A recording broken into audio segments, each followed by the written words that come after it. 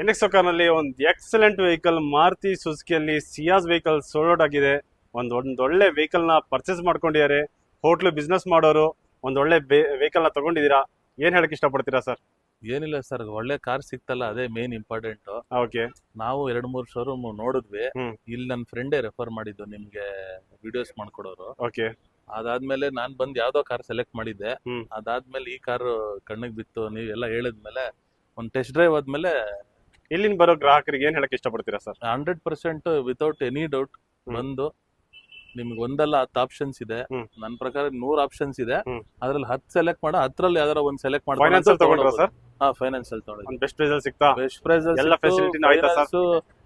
ಈತ ಇಷ್ಟು ಚೆನ್ನಾಗಿ ಫೈನಾನ್ಸ್ ಮಾಡ್ಕೊಟ್ಟಿದ್ದು ನನ್ಗೆ ಆಕ್ಚುಲಿ ಫೈನಾನ್ಸ್ ಜಾಸ್ತಿ ಖುಷಿ ಆಗಿದ್ದು ನನ್ಗೆ. ಅಂದ್ರೆ ಒಂದು ಒಳ್ಳೆ ಫೈನಾನ್ಸ್ ಆಯ್ತು, ಒಂದು ಒಳ್ಳೆ ಗುಡ್ ರೆಸ್ಪಾನ್ಸ್ ಇತ್ತು ಅಂತ ಹೇಳ್ತಾ ಇದ್ದೀರಾ. ಓಕೆ ಸರ್, ಖುಷಿಯಾಗಿ ತುಂಬಾ ಚೆನ್ನಾಗಿ ಮಾತಾಡಿದಿರಿ. ನೀವು ನಿಮ್ ಫ್ರೆಂಡ್ ಸರ್ಕಲ್ ನ, ನಿಮ್ ಕುಟುಂಬಸ್ಥನೆಲ್ಲ ಕರ್ಕೊಂಡ್ ಬರ್ಬೇಕು.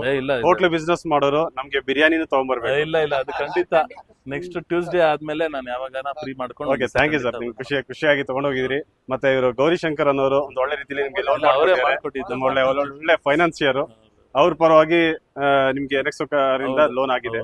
ಹೀಗೆ ವೆರೈಟೀಸ್ ಆಫ್ ವೆಹಿಕಲ್ಸ್ ಇದೆ, ಸಾಲ ಸೌಲಭ್ಯ ಇದೆ. ಒಂದಲ್ಲ ಎರಡಲ್ಲ 10 ಫೈನಾನ್ಸ್ ಆರ್ಗನೈಸೇಷನ್ ಇಂದ ನಾವು ನಿಮ್ಗೆ ಎಲ್ಲಾ ರೀತಿಯಲ್ಲಿ ಲೋನ್ ಅಲ್ಲಿ ಸಹಕರಿಸ್ತೀವಿ. ಎನ್ಎಕ್ಸೋ ಕಾರಿಗೆ ಕಾಂಟ್ಯಾಕ್ಟ್ ಮಾಡಿ, ವಿಸಿಟ್ ಮಾಡಿ. ಧನ್ಯವಾದ.